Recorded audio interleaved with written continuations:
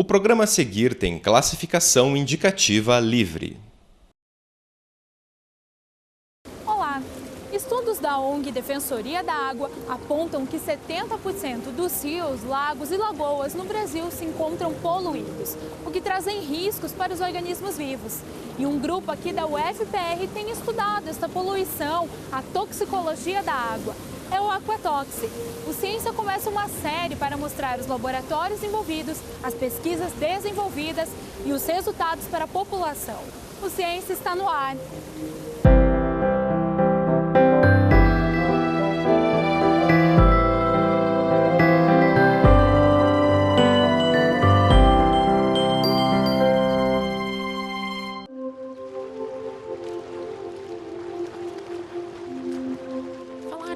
É um assunto sério. O Brasil tem até uma legislação sobre isto, é a Lei das Águas, criada em 1997 com o objetivo de assegurar disponibilidade e qualidade da água e regular a utilização dos recursos hídricos. A preocupação tem fundamento. No território brasileiro está 12% da água doce que existe no planeta, mas a cada dia parte dela é inutilizada para consumo. O crescimento das cidades e o descarte errado de resíduos e esgotos são os principais responsáveis por isso. Uma pergunta muito importante: como está a qualidade de água dos nossos reservatórios hoje em dia? Principalmente os reservatórios que abastecem centros urbanos. Então é claro que a legislação prevê uma série de estudos. A legislação prevê que você, e ela é muito rígida nisso, que a água seja coletada, seja tratada, etc. O tratamento que ocorre numa estação de tratamento de água hoje aqui na região metropolitana é o mesmo que ocorre nos Estados Unidos, por exemplo. É o mesmo, é idêntico. Então, estamos dentro da legislação nesse sentido. Acontece que muitas substâncias são traços e elas existem em quantidades muito pequenas. E o risco está exatamente numa exposição crônica, uma exposição que ocorre a todo instante, a todo dia, a toda hora e que você não quantifica. Essa exposição ela é mais complicada, porque ela é invisível. A toxicologia é uma ciência que estuda os efeitos nocivos das substâncias sobre os organismos vivos e as consequências para a saúde humana. No caso da água, algumas substâncias químicas em excesso podem ser bastante nocivas. Estudar a presença dessas substâncias e o impacto delas sobre os seres humanos é uma das tarefas do Aquatoxi. O grupo ele vem assim realmente cumprir uma missão importante, que é montar um grupo maior, né, com um foco específico, que é a qualidade de água, onde nós tentaríamos, naquele primeiro momento, buscar os recursos necessários para montar uma estrutura melhor, de tal forma que a gente pudesse, de uma maneira mais realística do que se fazia, buscar resultados que mostrassem de fato evidências dos danos provocados por esses poluentes nesses ambientes impactados. E também de uma forma preditiva, de tal maneira que a gente pudesse, utilizando algumas ferramentas ou utilizando algumas metodologias, a gente pudesse predizer o efeito, mesmo se aquele ambiente ainda não estivesse totalmente impactado. Imaginemos que aquele ambiente estivesse num grau de impacto ainda aceitável para aquele ambiente, isso não estivesse ainda provocando efeitos visíveis. Mas não se sabe exatamente o que poderia estar acontecendo depois de 10 ou 20 anos. Então, o estudo tinha e tem ainda esse foco de predizer o efeito, uma vez que esses ainda não são visíveis, torná-los visíveis, podemos dizer assim, através de ferramentas apropriadas. Isso está diretamente relacionado, primeiro, com os organismos vivos que dependem dessa água, né? Então, a gente trata o risco de exposição aos ambientes naturais, aos organismos que vivem nesses ambientes, e também o risco de exposição humana, uma vez que nessa água nós retiramos muitas vezes o nosso alimento e nós utilizamos dessa própria água para realmente suprir as nossas necessidades vitais. Outro objetivo é fornecer resultados na área de impacto ambiental provocado pela presença de compostos tóxicos. O grupo nasceu há 15 anos e hoje tem 3 laboratórios envolvidos no desenvolvimento das pesquisas. O Aquatoxi ele surge há uns 15 anos atrás, quando 3 laboratórios que se reúnem aqui da Universidade Federal do Paraná, no setor de ciências biológicas, onde esses coordenadores de laboratório tinham recém-chegado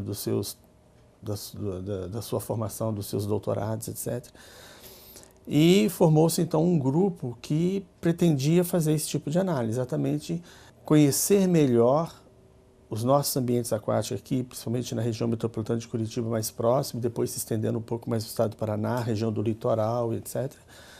De tal maneira que a gente pudesse, de fato, conhecer o risco real, né, desses ambientes impactados, haja visto que pouco tem sido feito, ou pouco havia sido feito até aquele momento. No Ciência de hoje também vamos conhecer mais do trabalho do Laboratório de Toxicologia Celular, coordenado pelo professor Ciro Ribeiro. Essa área de estudo avalia a maneira como nossas células reagem à exposição a certos agentes químicos. São 2 focos centrais, eu diria, né? O primeiro deles está associado com os mecanismos pelos quais essas substâncias estranhas, quando chegam na célula, levam a célula a responder. Melhor dizendo, é o estudo que vê o efeito dentro da célula. A célula é aquela unidade viva que constitui os organismos vivos. Então, se essa célula é afetada, e a gente sabe de que maneira isso acontece, a gente pode estabelecer o risco em potencial de exposição desses poluentes. Então isso é muito importante, porque isso caracteriza os níveis básicos de exposição, os primeiros níveis ali de exposição. E para isso ali, trabalhando com a célula, você trabalha com aspectos bioquímicos de resposta celular, aspectos moleculares. Fica muito mais fácil você isolando a célula e trabalhar com ela do que com o organismo inteiro. O laboratório estuda principalmente a ação de agentes xenobióticos, que são substâncias químicas que não estão presentes no funcionamento das células, porém cada vez mais presentes em nossos ecossistemas. Outro aspecto é mais ou menos a aplicação desse conhecimento que a gente gera quando você tem a célula em estudo no ambiente, podemos dizer assim, natural.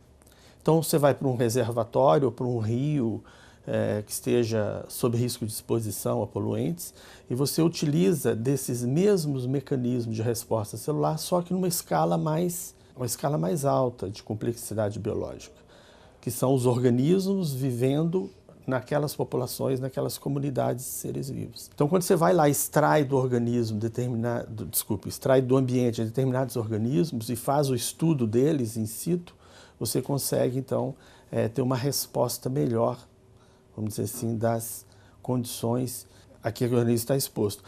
Então, qual é a maneira de você observar isso? É através de uma análise química da água?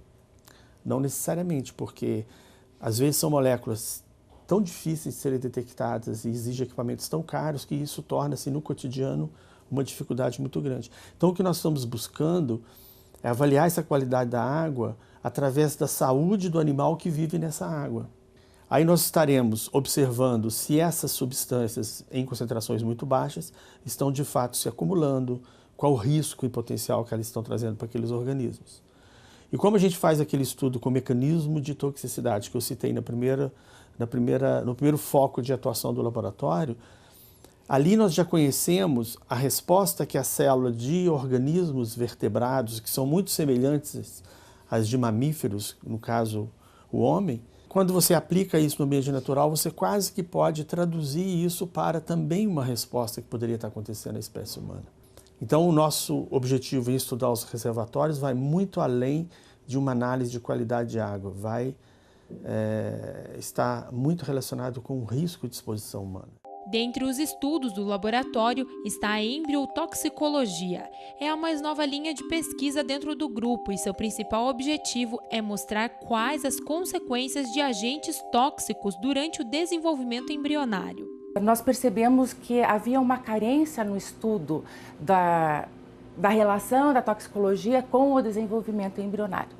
Não só aqui na universidade, mas assim, nacionalmente falando. Então, a gente nos inserimos no grupo e, inicialmente, nós começamos a fazer uma padronização das metodologias, porque o Ciro sempre trabalhou com, o professor Ciro, sempre trabalhou com mais a nível de peixes, né? e nós trabalhávamos com um embrião de ave. E esse embrião de ave tem algumas vantagens, se quisermos extrapolar para o lado do humano, por exemplo. Para realizar a pesquisa, a professora Cláudia utiliza como agente um metal que entra na composição de baterias de celulares. A contaminação humana acontece principalmente através do cigarro. Estamos inicialmente trabalhando com o cádmio e nós já observamos que... o cádmio que tem nas baterias de celular, de celular, no computador, em pigmentos, né? E esse cádmio, ele já mostrou com embriões tanto de 3 dias quanto de 7 dias, alterações cefálicas, abertura do corpo incompleta, a ausência de olho. Então, assim, são vários resultados bem grandes, mesmo utilizando uma concentração bem baixa desse cádmio. Esse cádmio, ele bioacumula, então ele pode ser bioacumulado no solo, a gente come, o humano comeria, vamos dizer assim, os grãos, por exemplo, ou mesmo o animal ser contaminado, o peixe ser contaminado, e nós comermos esse peixe, e a meia-vida do cádmio é extremamente grande, né? Mais de 10 anos de meia-vida, então nós poderíamos estar bioacumulando esse composto, né? E em termos do humano, há alguns trabalhos que já mostram que esse cádmio passaria pela placenta, né? Então ocasionando problemas grandes no feto, no embrião humano também. Os pesquisadores utilizam embriões de aves para avaliar os danos por contaminação dessa substância perigosa. Eles são bastante parecidos com embriões humanos nos primeiros estágios de formação e ajudam a entender de que maneira somos afetados. Os embriões de aves, eles têm várias vantagens em relação a outros modelos experimentais, né? A gente não vai induzir no humano a toxicologia, né? Então, os resultados que nós queremos induzir nos embriões de ave é justamente para podermos extrapolar para o que ocorre no humano. Porque os resultados com o humano sempre são da mãe contaminada, né? Então você não está induzindo, no ambiente foi contaminado, a mãe foi contaminada, então nós temos a atuação no embrião, na criança, devido à contaminação da mãe, né? E como a gente sabe que os contaminantes, muitos deles são acumulativos, né? E que a mãe passa para o seu feto, né, os contaminantes através da placenta. Então nós estamos estudando essa relação com o embrião de ave. Outra vantagem do embrião de ave é que ele é muito bem descrito na literatura, esse desenvolvimento embrionário, né? Então a gente tem a possibilidade de fazermos a técnica para observação desse embrião e podemos então comparar quais são os efeitos que esses contaminantes estão ocasionando no desenvolvimento. O sistema endócrino é responsável pela liberação de hormônios nos seres humanos. São os hormônios que regulam nosso desenvolvimento desde antes de nascermos até nossa velhice. A presença de elementos químicos nos organismos pode prejudicar o funcionamento correto desse sistema. Quando essa classe de poluentes interage com esse sistema, ela ou bloqueia completamente o funcionamento desse sistema, ou ela ativa esse sistema quando ele é desnecessário. Então, assim, hoje a gente já sabe muitos casos de humanos que foram expostos, né, inadvertidamente a esses poluentes e que tiveram problemas de saúde. Estes desreguladores endócrinos estão presentes no meio ambiente e têm o poder de desequilibrar o sistema endócrino. O plástico presente em embalagens industrializadas contém elementos que podem prejudicar nossa saúde. Então, nós estamos testando um novo poluente aí, que é chamado trióxido de antimônio. É um poluente ele na verdade não é um poluente, ele é um agente químico usado pela indústria para sintetizar as garrafas PET. E de uns anos para cá, a literatura vem mostrando que esse composto ele é capaz de sair do plástico da garrafa PET e contaminar a água que está ali dentro. Não só a água, ele é utilizado para fazer plástico de bolacha, de salgadinho, de várias outras coisas, e ele acaba contaminando. A Organização Mundial da Saúde acredita que nós ingerimos, em média, 1,5 microgramas por dia de antimônio via embalagens. A pesquisa começou com peixes e hoje é feita com ratos, e os resultados já são visíveis. E aí nós vamos avaliar o quê? Nós então oferecemos esse trióxido de antimônio para os ratos e avaliamos todo o sistema endócrino dele. A gente também avalia se de repente esse poluente, ele não afetou o sistema endócrino, mas ele veio e afetou o fígado, ou ele veio e afetou o rim. Então tudo isso nós estamos avaliando para verificar qual que é o potencial tóxico dessa substância para humanos. E assim, o que mais preocupa na minha pesquisa é que ele é tóxico em doses baixas, ou seja, menos do que a Organização Mundial da Saúde recomenda, ele já é tóxico. Então, com os nossos resultados, caso eles indiquem realmente essa toxicidade, nós pretendemos sim mostrar para a indústria e exigir que eles mudem então a alternativa para que essa toxicidade deixe de ser prejudicial para os seres humanos. E depois do intervalo, vamos conferir mais as pesquisas do Grupo Aquatoxi no Laboratório de Toxicologia Celular. Você vai conhecer um mecanismo que avalia a intoxicação das células e ainda o que a informática tem feito pelo grupo. Não saia daí, o Ciência volta já.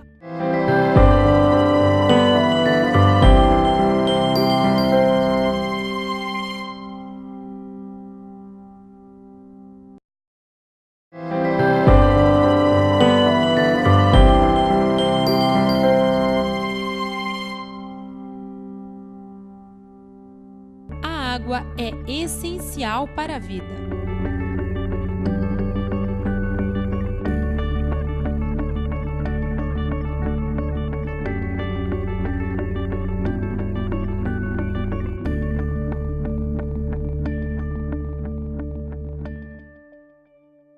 No Paraná, um dos rios mais importantes é o Iguaçu. São 5 hidrelétricas ao longo do seu curso, além do abastecimento de água para várias cidades do estado. E mesmo com tanta importância, o Rio Iguaçu foi classificado como o segundo rio mais poluído do país, atrás apenas do paulistano Rio Tietê. Representa a maior bacia, do Paraná. Então ele nasce em Curitiba e a foz dele, ele atravessa o Paraná inteiro e a foz é lá no Rio Paraná, em Foz do Iguaçu. E apesar desses reservatórios não estarem diretamente destinados ao abastecimento público, eles podem apresentar um potencial futuro, de repente, para esse abastecimento. A poluição no Rio Iguaçu começou na década de 1970, com o crescimento acelerado das cidades.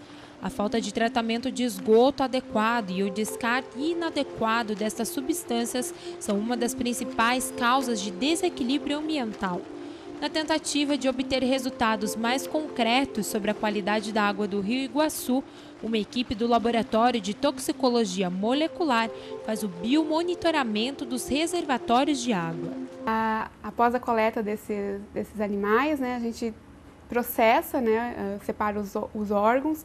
Esse material é coletado no local mesmo e depois trazido para o laboratório, onde ele é armazenado e posteriormente serão feitas as diferentes análises.